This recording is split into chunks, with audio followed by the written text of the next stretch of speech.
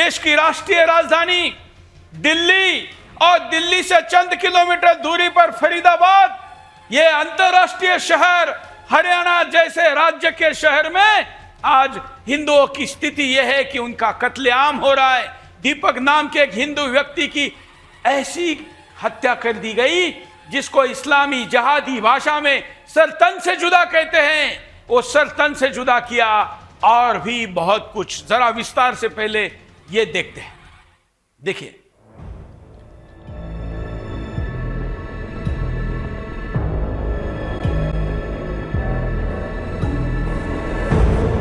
कहते हैं मौत बताकर नहीं आती, लेकिन यहां मौत बताकर आती।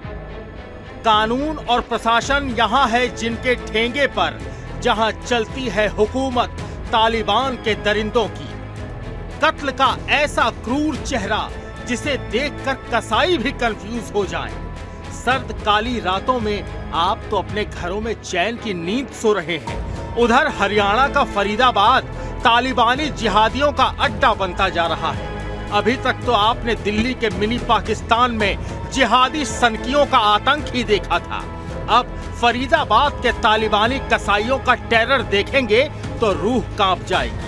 दीपक नाम के एक हिंदू युवक को इन जिहादी जल्लादों ने कई टुकड़ों में काट कर फेंक दिया, सर तन से जुदा कर दिया, हाथ पैर की सारी उंगलियां बड़ी तसल्ली से काट डाली और फिर उसे तेजाब डालकर गला दिया। 25-26 साल के दीपक को हरे राक्षसों ने इतनी बेरहमी से कत्ल कर डाला जैसे कोई कसाई जानवरों को काटता हो। मानो दीपक के जरिए हिंदुओं को खुली चुनौती दे रहे हो कि हमारे रास्ते में आओगे तो जान से जाओगे, कोई नहीं बचा पाएगा। दीपक काफी दिनों से कह रहा था कि इलाके के कुछ कट्टर मुसलमान मेरे खून के प्यासे हैं। इलाके का प्रधान फकरुद्दीन उसकी जान लेना चाहता है। जानते हैं क्यों? क्योंकि दीपक गवाह था एक हिंदू बेटी के रेप केस के मामले में। वो बेटा फकरुद्दीन मियां का ही था जो 3 महीनों से एक नाबालिग हिंदू बेटी का लगातार रेप कर रहा था। अकेले नहीं, अपने 12 दोस्तों के साथ। अपने रेपिस्ट बेटे को बचाने के लिए पहले फकरुद्दीन और उसकी गैंग ने दीपक को धमकाया, गवाही से मुकरने को कहा। दीपक ने इनकार कर दिया और वो लापता हो गया देखते देखते। परिवार ने दीपक की गुमशुदगी की रिपोर्ट की, लेकिन पुलिस कुछ नहीं कर पाई, मानो किसी अनहोनी का इंतजार कर रही हो। 23 दिन गुजर गए, परिवार थाने की चौखट पर सिर पटकता रहा, लेकिन ना तो पुलिस जागी और ना ही कोई खबर आई। 24वें दिन दीपक की कटी फटी बॉडी आई। परिवार सदमे में है, कुछ सूझ नहीं रहा, क्या करें, किससे कहें। अब तो परिवार के लोगों को भी धमकियां मिल रही हैं। संविधान, कानून सबके लिए। कहते हैं कानून के हाथ बड़े लंबे होते हैं, तो दीपक की जान बचाने क्यों नहीं पहुंचे? जिहादी आदमखोरों का गिरबान खींचकर क्यों नहीं ला पाए? जो भी हो, दीपक के नृशंस हत्या सीधी चुनौती है। वक्त रहते इन नर पिशाचों के आतंक को कुचलना होगा, वरना न जाने कितने दीपक बेमौत मारे जाएंगे। Bureau report, Sudarshan news. तो अब इस मुद्दे पर आगे बढ़ेंगे। कटे सिरों का, बिंदास कविता से आगे बढ़ते हैं। कटे सिरों का हिसाब होगा। दीपक के खून पर कहना चाहता हूं, कटे सिरों का हिसाब होगा। हर खून का अब जवाब होगा। जो जंग छेड़ी है तालिबानियों ने, उसका अंजाम बहुत खराब होगा। न तलवे चाटेगा कोई दुश्मन, न सिर झुकेगा हिंदुस्तान का। अब हर हाथ में शस्त्र होगा, हर कोना बनेगा मैदान का। दीपक का खून पुकार रहा है, हर हिंदू का ललकार रहा है। जो हाथ बढ़ेगा हमारी ओर, उसे धूल में बिखेर देंगे जोर। ये धरती शिवा की धड़कन है, ध्यान रखना। ये धरती शिवा की धड़कन है, जहां भगवा ही जीवन है। अब जो शर्मिंदे, ध्यान रखना, अब जो शमशीरें उठेगी, तालिबान का नाम मिटेगी। चलो, मैं अपील करता हूं अंत में, चलो कसम है मां भारती की, हर गद्दार का अंत करेंगे। हिंदुस्तान का सूरज बनकर हर अंधकार को भस्म करेंगे। भस्म कैसे करेंगे? लड़ेंगे तब ना। भस्म तब करेंगे ना जब कुछ करेंगे। भस्म तो अब प्रतिदिन होते जा रहे हैं। प्रतिदिन कटते जा रहे, प्रतिदिन मिटते जा रहे हैं, और इतने बड़े पैमाने पर कि बिंदास में मारे गए हिंदुओं की आंकड़े को भी अगर जोड़ेंगे तो भी आंकड़ा ये बहुत बड़ा होगा। और इसलिए ये बड़ा ही चिंता का विषय है कि ये आखिर कब रुकेगा, और ये रुके इसलिए हम किसी की भी सरकार हो, किसी की भी पुलिस हो, उसको छोड़ते नहीं, क्योंकि बात यहां पर हिंदू की है। आइए अब मैं आपको एक वीडियो दिखाता हूं जिसमें आपको ये तालिबानी अंदाज में सरतन से जुदा जो किया गया है, ये पहला वीडियो है। देखिए, 22 दिनों से लापता दीपक का सरकटा शव मिला है। हम आपके सामने ये नहीं दिखा सकते क्योंकि ब्रॉडकास्ट के नियम हैं, लेकिन आपको फोटो में साफ दिख रहा है, तन के साथ सर नहीं है। ये कौन काटता इस प्रकार से? और खास करके जब विवाद जिहादियों से ही था तो स्पष्ट है ये उन्होंने ही काटा है। बकरी की तरह, जानवर की तरह हिंदुओं को काटने वाले इन तालिबानियों का हिसाब अगर नहीं करेंगे तो चुप बैठने वाले हर का नंबर कल आने वाला है। सोचिए, इस शव की तरफ देखिए, 24 दिनों में पुलिस आखिर इसको क्यों नहीं ढूंढ पाई? हम चांद पर जाने की बात करते हैं और हरियाणा पुलिस अगर अपराधी जो कि लिंक लगता है कि लव जिहाद और बलात्कार के आरोपी के विरुद्ध ये साक्ष्य देने वाला व्यक्ति, आखिर इसको उठा कौन सकता है? ये अंदाज क्यों नहीं लगाया गया? सर्विलांस क्यों नहीं लगा? टीमें क्यों नहीं लगी? खोजा क्यों नहीं गया? 24 दिन कोई छोटा समय नहीं है। दीपक के डेड बॉडी पर जब घर पहुंची तो वहां पर क्या हुआ देखिए। दीपक के घर पहुंचने वाली डेड बॉडी पर ये वीडियो भी आपको जरूर देखना चाहिए। दीपक, पूरा मोहल्ला वहां पर उपस्थित है। आखिर एक लड़की के लिए आवाज उठाने वाले दीपक के प्रति पूरे मोहल्ले में, पूरे समाज में जबरदस्त सहानुभूति थी, क्योंकि उसने रेप पीड़िता के साथ खड़े होकर जिहादी के विरुद्ध साक्ष्य दी थी। तो हिम्मत वाला था, और उस हिम्मत वाले के इस डेड बॉडी पर और जिस प्रकार से उसको मारा गया, उस कारण मोहल्ले में निश्चित तौर पर गुस्सा तो था ही।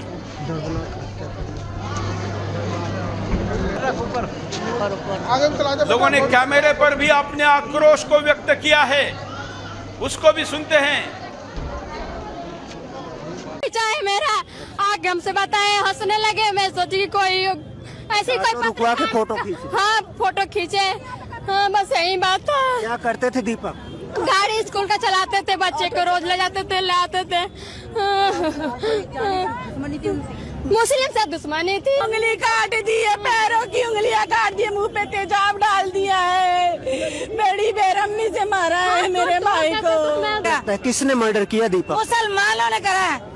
जब वो लड़के का केस हुआ था, वो फ्रेंड बता लड़का दीपक, वो सारी बातें बोल रहा था, वो गवाह था, और इसीलिए उसको मार डाला इन्होंने। अच्छा, दीपक ने आवाज उठाई थी? हाँ, आवाज उठाई उसने। अच्छा, आज हम उसके लिए आवाज उठा रहे हैं। कोई यहाँ मुसलमान है, उसके ऊपर इसने बयान दिया है, और उन्होंने कहा था इस पर काफी दिन से इसको चेतावनी थी। पहले मेरे भाई को एक और को उठाया गया था 1 महीने पहले, अब दूसरा ये उठा के इसको खत्म कर दिया उन्होंने। अच्छा, नाम नहीं बताओगे?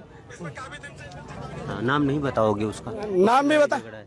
नाम फकरुद्दीन ने नाम लिया था। मेरे को तो उसी पे शक है। हाँ, अभी तक वो मिसिंग भी है, इन्होंने पकड़ा भी नहीं है उसको। लोगों का आक्रोश आप देख रहे, परिवार के महिलाओं का आक्रोश भी आपने देखा। अब दीपक के पिता रोते हुए क्या बयान दे रहे हैं, ये भी सुनिए। और आज चुप रहने वाला हर कोई ये सुने, ये स्थिति आप पर नहीं आनी चाहिए। देखिए, क्या नाम था जी आपके लड़के का? दीपक। कितने साल का है? ये 24-25 साल का। 24-25 साल का है। आपने कंप्लेंट की थी? हाँ जी। तो किसने मारा इनको? जी, यहाँ के मुसलमानों ने मारा था। उसी के बीच से मैं बोला था फकरू के बारे में, हमारा लड़का। अच्छा, फकरू के बारे में बोला था? लड़की के विषय में हुआ था। अच्छा, लव जिहाद का मैटर था, उसमें इसने आवाज उठाई थी? आवाज उठा दिया, लोग चुपे रह जाते हैं, आवाज उठा दिया। यानी कि एक बहन बेटी के लिए इसने आवाज उठाई, आवाज उठाया, उसको टारगेट बनाया। क्या नाम था जी आपके लड़के का?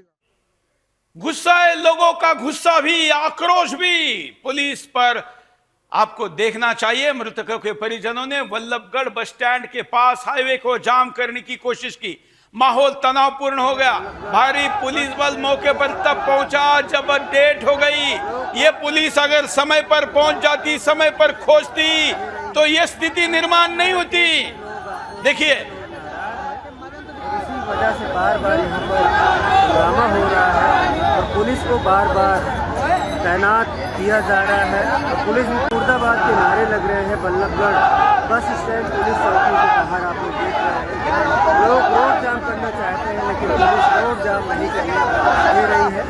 दीपक मर्डर केस में लोग आक्रोशित है, लोग नाराज हैं और इसी वजह से बार बार यहाँ पर ड्रामा हो रहा है और पुलिस को बार बार तैनात किया जा रहा है और पुलिस मुर्दाबाद के नारे लग रहे हैं। एफआईआर अब हो गया है और एफआईआर होके आदमी वापस तो नहीं लौटेगा, लेकिन अपराधी पर कार्रवाई होनी चाहिए। रेप पीड़िता जो थी, जिसके लिए इसने आवाज उठाई थी, उसके पिता का भी बयान यहाँ पर देखते हैं। जिस हिंदू बेटी के रेप के गवाह था दीपक, उसके कारण दीपक का कत्ल हुआ, उसी नाबालिग पीड़िता के पिता का बयान भी आपको सुनना चाहिए। घटना ये दिसंबर 2024 की है, जिसके बाद से ही दीपक लापता था। उसके लापता होने के बाद की ये प्रतिक्रिया है। हुई थी जी, मैं तो बाहर बैठा था जी और घरवाली घर पे थी जी, काम धंधा कर रही थी, अपना रोटी पानी कर रही थी। तो मुसलमान के लड़के आए और उसकी माँ और बहन आई, तो मेरी घरवाली पर हाथापाई कर दी बहुत तगड़ी। तो क्या नाम था उनका? उनको सोनू है जो लड़का है जी, और उसकी मम्मी है, उसकी बहन है जी, और उसका बड़ा भैया साहिल है। किस बात पे लड़ाई झगड़ा हुआ था? मेन बात ये थी जी, मेरी बच्ची है 10 साल की जी, मेरी घरवाली को पता चल गई, वो छुपा रही थी घनी दिन से। किस चीज का पता चला? इस चीज का पता चला था जी, वो अपने घर में ले जाके जी वो गंदी हरकत करते थे। लड़कों की उम्र क्या थी? 16-17 साल थी। 16-17 साल की। तो पहले कितने टाइम से ये चीज? ये मेरे सुनने में आ रहा जी 3 महीने लगवा। 3 महीने से? हाँ। तो पहले मतलब अगर आपके घरवाली को पता था, कभी एक्शन नहीं लिया या फिर कहीं भी बताया नहीं आपको? मेरी घरवाली ने जी अपना इज्जत सोच करके वो चुप लगी रही जी, और मुझे पता भी नहीं था कुछ भी जी। और आज वो लड़के उल्टा सीधा बोल गया और वो उसको समझा रहे थे कि बेटा ये ठीक ना है, तो वो उसने मेरी घरवाली के ऊपर साइकिल फेंक के मारी कि ऐसे करूंगा जो कर लिया जी। तो उनके साथ और भी लोग थे? हाँ जी, उसका भाई था, उसकी बहन थी, उसकी माँ थी जी, और उसकी भाभी थी। और उसके बाद में जी फिर पुलिस वाले पहुंच गए।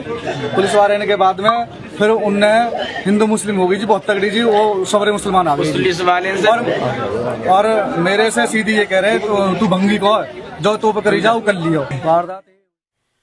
दीपक का एक पुराना वीडियो भी आपको दिखाते हैं, जिसका सर तन से जुदा किया गया है। ये कुछ दिन पहले बताया जा रहा है कैसे ये लोग हिंदुओं को प्रताड़ित करते हैं। दीपक का ये पुराना वीडियो भी स्क्रीन पर आप देख रहे हैं। आखिर आपके आसपास भी अगर ऐसी कोई, ये देखिए, अपने मुसलमानों की जनता है। हमारे हिंदू भाई ने, हमारा सागर भाई खड़ा है, इनके भाई का एक्सीडेंट हुआ था, उस टाइम मौजूद तौर पे इन्होंने 1 रुपए मेरे से नहीं लिया था और इन्होंने मेरा पूरा सपोर्ट किया था, इन्होंने मेरा पूरा समर्थन दिया था। जहाँ तक मैंने जो मेरे से बना मैंने वो करवाया था, लेकिन उस बंदे ने उस टाइम पे ये देख लिया था ये हिंदू है, बस इसको लूटना है, इसको बर्बाद करना है। उसी टाइम पे एक मुसलमान के ऑटो पलटा, उसके ऊपर कुछ नहीं हुआ, कुछ कार्रवाई नहीं करी। आज का मुद्दा ये है, आज का मुद्दा ये है, मैं हमारे पास RSS का फोन आया जी, हम बाहर से भगे भगे आए हैं जी, तक भी नहीं है यहाँ की, भगे आए हैं जी, हमें पता लगता है मुझे। उसके बाद वहाँ आके देखते हैं हमारे भाई को गिरा के मारा जा रहा था। अब आप समझ रहे हैं कि मैं वैसे तो हर हिंदू के लिए आवाज उठाता हूं, लेकिन इसके लिए क्यों उठा रहा हूं? क्योंकि दूसरे हिंदू के लिए आवाज उठा रहा था, इसलिए बिंदास का मुख्य प्रमुख मुद्दा मैं ये लेकर आ रहा हूं। ये जो देखते हुए इसके चेहरे पर भाव है, ये नकली एक्टिंग नहीं है किसी नेता की तरह, ये हिम्मत के साथ लड़ रहा है। इतने दर्जनों बलात्कारी है, इसको पता है कि इसके जान पर आ सकती है, उसके बावजूद कैमरे के सामने, जज के सामने, पुलिस के सामने, समाज के सामने, जिहादी के सामने ये डटकर खड़ा रहा और परिणाम ये हुआ कि आज इसको मारा है। तो मैं इसलिए नहीं दिखा रहा हूं कि आपका भी ये अंजाम होगा जो आवाज उठाएगा, ये है कि हम साथ हैं, लड़िए। आखिर लड़ते रहेंगे तो कहीं तो जाकर जिहादियों का खात्मा होगा।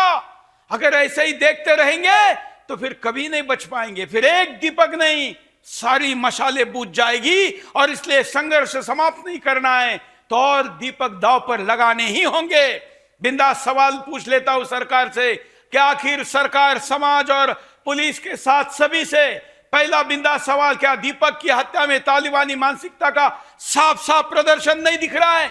दिख रहा है, फिर भी मीडिया क्यों चुप है? क्यों दीपक की हत्या को लेकर वो आक्रोश नहीं है? फखरुद्दीन जैसे आरोपियों को बचाने में कौन कौन सी ताकतें लगी हैं, ये सामने क्यों नहीं आ रहा है? ये केवल उसके घर का दीपक नहीं, हिंदू समाज का दीपक था, क्योंकि दूसरे की बहन के लिए लड़ता था। क्या पुलिस की लापरवाही हिंदू समुदाय की सुरक्षा में नाकामयाबी नहीं दर्शा रही है क्या? और कितने दीपक पुलिस के नाकामयाबी के कारण बुझेंगे?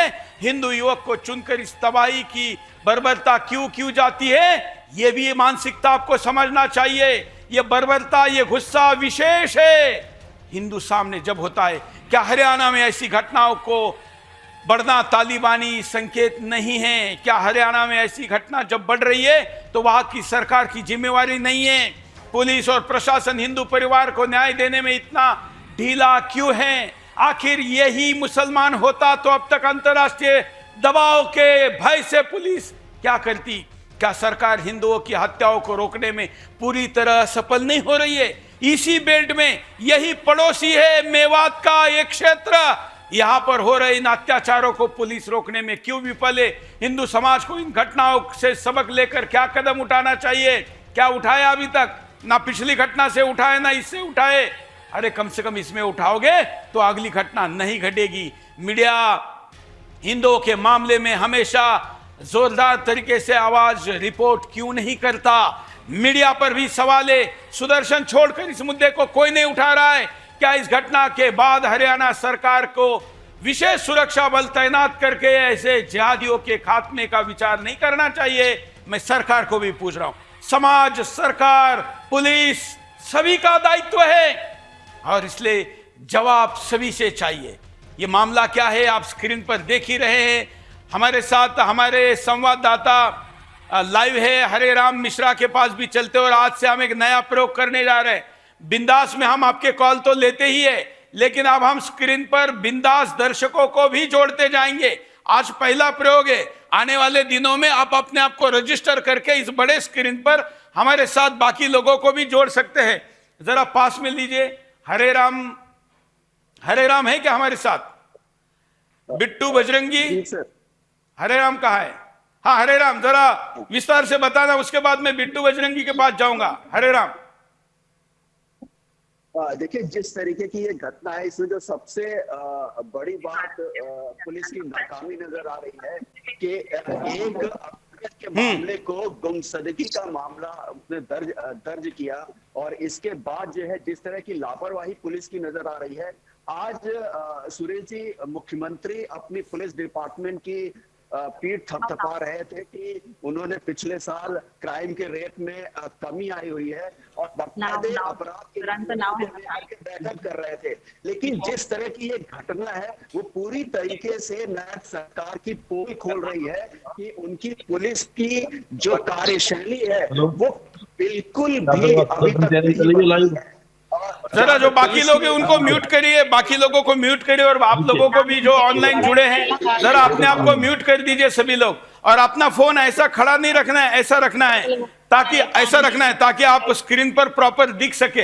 हाँ, अब मैं बिट्टू है क्या हमारे साथ? बिट्टू बजरंगी अभी हमारे साथ, बिट्टू को मैंने देखा था कहीं पर। हाँ, सूरज प्रताप सिंह बताए कि इस मुद्दे पर सूरज क्या अपडेट है? अनम्यूट करो। सर, मैं आपको बता दूं कि जो हाँ, इस तरीके से मुद्दे आ रहे हैं, हाँ, सूरज को दिल्ली में नहीं बल्कि पूरे एनसीआर में लगातार हर दूसरे तीसरे हमें देखने को मिल रहे हैं।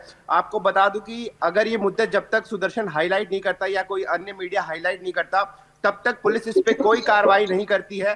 और पहले भी फरीदाबाद से ऐसी कई घटनाएं सामने आ चुकी है जहां पर ऐसे मुस्लिम जो जिहादी लोग हैं उन्होंने हिंदुओं के साथ मारपीट किया है, और पुलिस जो है सबसे ज्यादा कहीं ना कहीं पुलिस उनसे डर रही है। दिल्ली की पुलिस भी कहीं ना कहीं जिहादियों को बचाते नजर आ रही है। अभी 2 हफ्ते पहले संगम बिहार से ऐसे ही एक मामला आया था जहां पर हिंदू परिवार के घर में घुसकर जिहादियों ने मारपीट किया, लेकिन पुलिस ने जबरदस्ती उन पर दबाव बनवाकर कहीं ना कहीं एफआईआर अभी तक नहीं किया है। जब तक ऐसी खबरें मीडिया में नहीं आती है तब तक पुलिस अपनी मर्जी से कुछ नहीं करती है। अगर यही केस उल्टा हो जाए, अगर अपराधी जो है वो हिंदू हो, तब पुलिस के कान खड़े हो जाते हैं और कहीं ना कहीं एक ही दिन में जो है FIR दर्ज हो जाता है। बिल्कुल। तो हमारे साथ और भी लोग जुड़े हैं, लेकिन जरा आज पहला प्रयोग है, लेकिन आप भी इसमें जुड़ सकते हैं हमारे साथ, और आपको हम सुदर्शन के लिंक के द्वारा इसके साथ जुड़ने की व्यवस्था करेंगे। आज पहले प्रयोग के तौर पर मैं आपको सुदर्शन नए प्रयोगों को जाना जाता है। हमें चौहान साहब फरीदाबाद के बारे में जानकारी देना चाहता हूँ। हाँ सुखवीर बोलिए। चौहान साहब, जो आज ये हुआ है बड़ी निर्मम हत्या है, जो दीपक की हत्या हुई है, और इसमें सबसे बड़ी बात है कि शर्मनाक ये है कि जो चैनल यहाँ पर कोई भी नहीं पहुंच पाया, उस चीज का खामियाजा हमें भुगतना पड़ा। दूसरा ये है कि ये जो दीपक है ये बहुत ही सक्रिय लड़का था, और इसने जो 30 तारीख को जिस बहन के साथ बलात्कार करने की इन्होंने साजिश रची थी, उसकी मुख्य रूप में गवाह था। उसमें खुल करके बोला, हर तरह की इन्होंने पार्टिसिपेट किया, तो उसी लोगों को इन्होंने टॉर्चर किया। और जहां भी बताया गया, प्रशासन की बहुत बड़ी चूक रही है इसमें। मैं आपके संज्ञान में लाना चाहता हूं, यदि प्रशासन चाहता तो इस बच्चे को वो तभी हम ये ले सकते थे, परंतु प्रशासन ने कोई भी इस पर दिलचस्पी नहीं करी, और कुछ मुलाजिम जो मुस्लिम समाज से आते हैं वही पूरे थाने को मैनेज करते रहे। बिल्कुल, चलिए, ये बहुत बड़ी शर्मनाक घटना है। बिल्कुल। प्रवीण वशिष्ठ, अगर आपके पास इस मुद्दे पर बताने के लिए कुछ है तो बोलिए।